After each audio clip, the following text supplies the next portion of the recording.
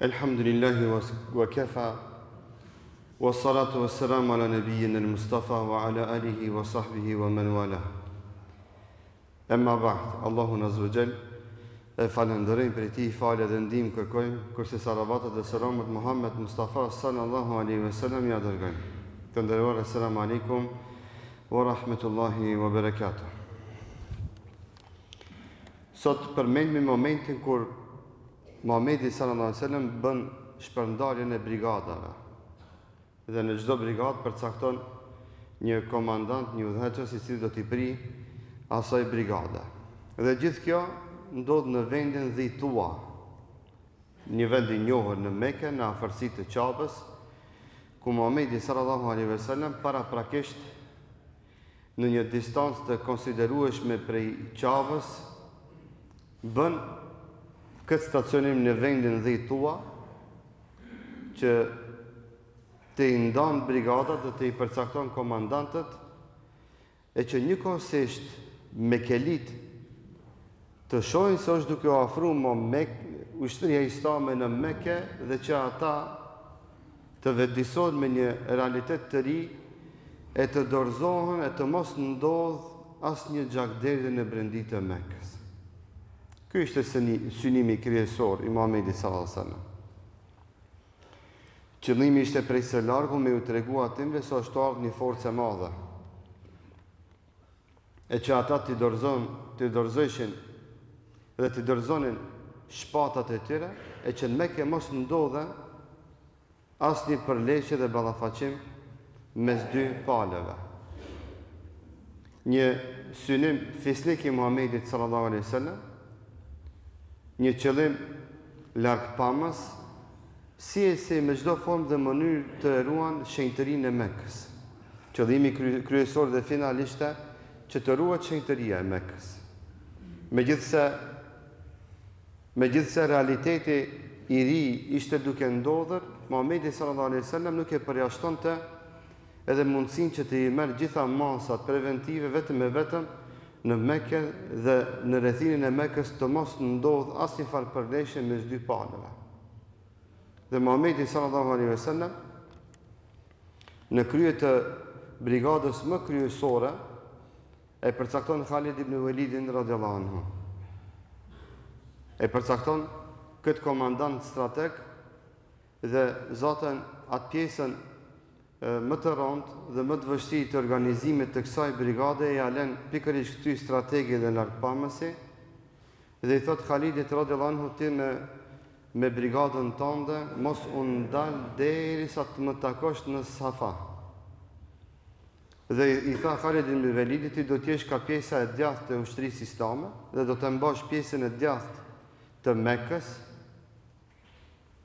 dhe nuk do të ndalësh derisa të mbrish të takohesh me mu në Safa. Ja përcaktoi dhe destinacionin dhe vendin deri ku duhet të vije Khalid ibn Walidi radhiyallahu anhu. Dhe sot nëse do të na ishte dhënë ndonjëherë mundësia në brendi apo në oborin e Qabës të e bëjmë këtë shpjegim, do të ishte shumë më e qartë kur themi që i tha Muhamedi sallallahu alaihi wasallam ti tha do të vish në Safa ka pjesa e poshtme e Mekës. Ka pjesa e poshtme e Mekës. Sot kur shkojmë në Mekë çdo se na duket rrafsh në Qabë dhe rrethin, por realisht prej pak më largu do të shohim se Mekëja realisht është një lugin, është një vend në grob që me intervenimet bashkore që janë bo nuk vërejt më ajo, por pak më larg me shku për një distancë do të shifni, do të vërejni se çfarë strategjie dhe largpamësie ka shfrytzuar Muhamedi sallallahu alaihi wasallam. Dhe Khalid ibn Walid radhiyallahu anhu merr urdhën e Muhamedit sallallahu alaihi wasallam dhe fillon zbatimin e tij dhe mban pjesën e djathtë të ushtrisë islame dhe ai së bashku me brigadën e vet ecë në atë drejtim të cilën ja vizatoi Muhamedi sallallahu alaihi wasallam duke mos lajthit dhe duke mos ndryshuar fare projektin që Muhamedi sallallahu alaihi wasallam ja hartoi Khalid ibn Walidit. E vërejni këto një moment shumë të ndjeshëm që është me rëndësi me përmend. Khalid ibn Velidi askund nuk përmendet që i tha Muhamedit sallallahu alajhi wasallam sikur të kishim bëu kështu, sikur të kishim bëu ashtu. Edhe pse ishte realist strateg i mirënjohur në lëmin e tij, megjithatë urdhnat i pranonte blllanko nga Muhamedi sallallahu alaihi wasallam. Ashtu siç e urdhëroi, ashtu edhe e zbatoi. Përveç se 2 ushtarëve që ranë shahid nga brigada e Khalid ibn Velidit, të cilat transmetohet dhe përmendet tek historianët duke përfshirë edhe Ibn Isakin rahimahullah, se vetëm 2 nga brigada e Khalid ibn Velidit bin dëshmor si rrjedhoi dhe si pasojë e faktit që ata ndryshojnë rrugën të cilën Muhamedi sallallahu alaihi wasallam u vizatoi dhe u obligoi që të ecin në të. 2 veta e ndryshojnë rrugën dhe nuk e zbatojnë urdhën e komandantit të tyre, dhe që të dytë bien shahid dhe bien në prej të mekelive, dhe gjithë tjerët që pasuan urdhën e prijesit të tyre dhe të komandantit të tyre, subhanallahu i mbrojti nga çdo sherr. Dhe asnjë ushtar nga brigada e Khalid ibn Velidit nuk ra dëshmor dhe nuk u vra në këtë ballafaqim që e patën me mekelit dhe ushtrinë e Mekës në përgjithësi. Komandantin e dytë e përcakton Muhamedi sallallahu alajhi wasallam Zubair ibn Awam radhiyallahu anhu. Një sahabi i njohur, i ndërgjegjshëm, i përpjekshëm guzimtar në historinë islame gjatë gjithë jetës së tij. Dhe Zubair ibn Awamit i thot: "Ty në Mekë do të ish ka pjesa e sipërme e Mekës dhe do të mbash pjesën e majt të ushtrisë islame."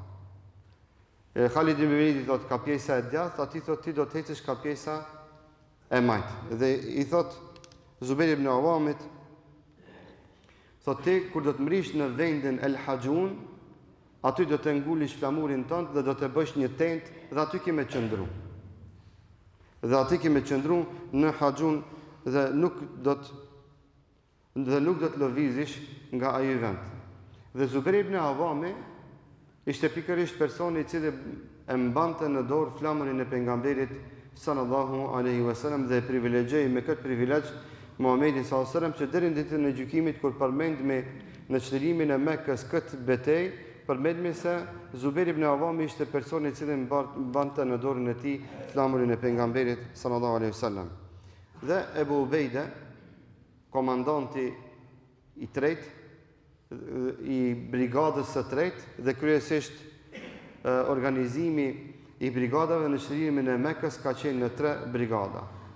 Brigada e parë e Khalid ibn Walidit radhiyallahu anhu, e dyta Zubair ibn Awami dhe e treta Ubejdes radhiyallahu anhu. Që të tretë natyrisht të njohur në lëmin e tyre, në strategjinë e tyre dhe në guximin e tyre gjatë jetës së tyre. Dhe Ubejde radhiyallahu anhu ka qenë komandanti i këmbësorisë. Këto kanë qenë në Kam, dhe kjo ka qenë brigada e cila nuk ka pas me vete armatim. Ka qenë brigada e pa armatosën. Strategji dhe lakmësi e pejgamberit sallallahu alaihi wasallam, dhe i thot ti do të mbrish në vendin Batnil Wadi. Batnil Wadi do të thonë brendia e luginës, po nuk ka përkthim tekstual nga sa është emërtimi i një vendi të caktuar që Mekja dhe Mekelit e din se ku ndodhet saktësisht deri në ditën e sotit ky vend, edhe pse aty do të thotë ka mësuar ndryshime të shumta ato zona, megjithatë Mekja dhe Mekelit i din këto emërtime dhe i din këto vende. Lëviz ushtria islame dhe ndodhen disa ballafaqime mes Khalidit radhiyallahu anhu dhe Mekës dhe Mekelit, kryesisht hikin Mekelit kur shohin se Khalidi është në krye të asaj brigade.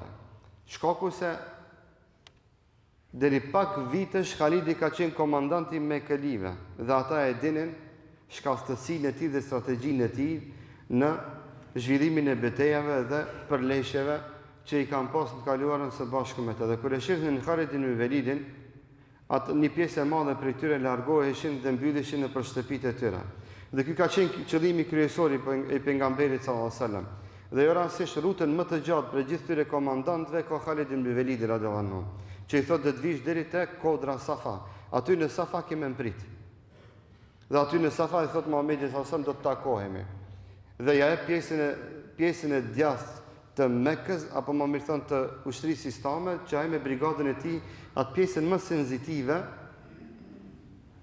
të e udhëheq pikërisht ky burr i madh i njohur në historinë islame. Dhe një pjesë e madhe me kelive kur shifnin Khalidin largoheshin dhe nuk përlesheshin me te.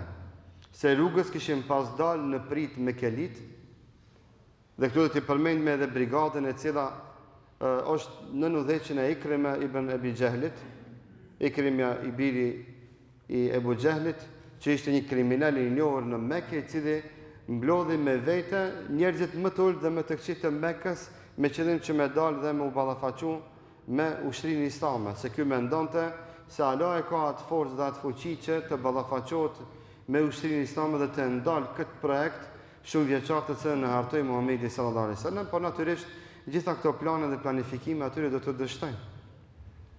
Dhe kur e shihnin me kelit Khalidin largoheshin një pjesë prej tyre. Dhe ky ishte qëllimi, që të mos ndodhe gjakderi dhe sa më pak me pasoja minimale të zhvillohet çlirimi i Mekës. Dhe Allahu azza wa jalla ja mundsoi Muhamedit sallallahu alaihi wasallam që të arrijë një gjë të tillë që këtë qytet të madh strategjik dhe më të njohurin në gadishtin arabik të e çlirojnë me dame minimale, dhe me pasoja minimale. Shifeni lufta e Bedrit, lufta e Uhudit dhe shumë lufta tjera, që janë shumë më pak të rëndësishme se sa lufta e çlirimit të Mekës, kanë pas pasoja dhe dame shumë më të mëdha se sa çlirimi i Mekës. Dhe kur Muhamedi sallallahu alaihi wasallam e hartoi dhe planifikoi këtë strategji, rezultatet me dojmos do të vinin ashtu siç i ka parapa Muhammed Mustafaja sallallahu alaihi wasallam. Dhe derisa vin tek brigada të cilën e udhëheqte Ikrime ibn Abi Jahl. Aty ndodhi një përleshje, ndodhi ballafaqim i madh midis ushtrisë islame dhe brigadës së Ikrime ibn Abi Jahlit, derisa Khalid ibn Walid radhiyallahu anhu këtë brigadë në krye të Ikrimës e shpartalloi dhe e mposhtroi dhe në mesin e tyre është personi i cili i vritet Hamas ibn Qais. Jo rastësisht përmendet tu Hamas ibn Qais. Hamas ibn Qais përmendet tu shkaku se pak para se me ndodh ballafaqimi me ushtrinë islame, Hamasi si një mjeshtër dhe prodhues i armatimit, Hamasit ja dha një këshill gruaja e vet dhe i tha, ku shkon me këto shpata, ku shkon me këtë armatim? Tha, do të dalë dhe do të hapkos kryt muslimanëve. I tha, sot s'ka kush i del përpara asaj ushtrie. Tha, leni këto shpata rin shpejt. Dhe Hamasi se ndëgjoj, nuk e ndëgjoj bashortën e vet, nuk e ndëgjoj gruan e vet, dhe Hamasi ishte nga njerëzit dhe personat që edhe u vra në këtë ballafaqim me të cilën ndodhin bashkë dhe pikërisht me brigadën e Khalid ibn Walidit. Dhe gruaja e Hamasit, Hamas ibn Qais, e thur një poezi, në cilën poezi, apo me të cilën poezi drejtohet burrit të vet mi tregu se gabove pse s'm dëgjova. Të cilën poezi inshallah do të shpjegojmë shkurtimisht në javën e ardhshme. Walhamdulillahi rabbil alamin.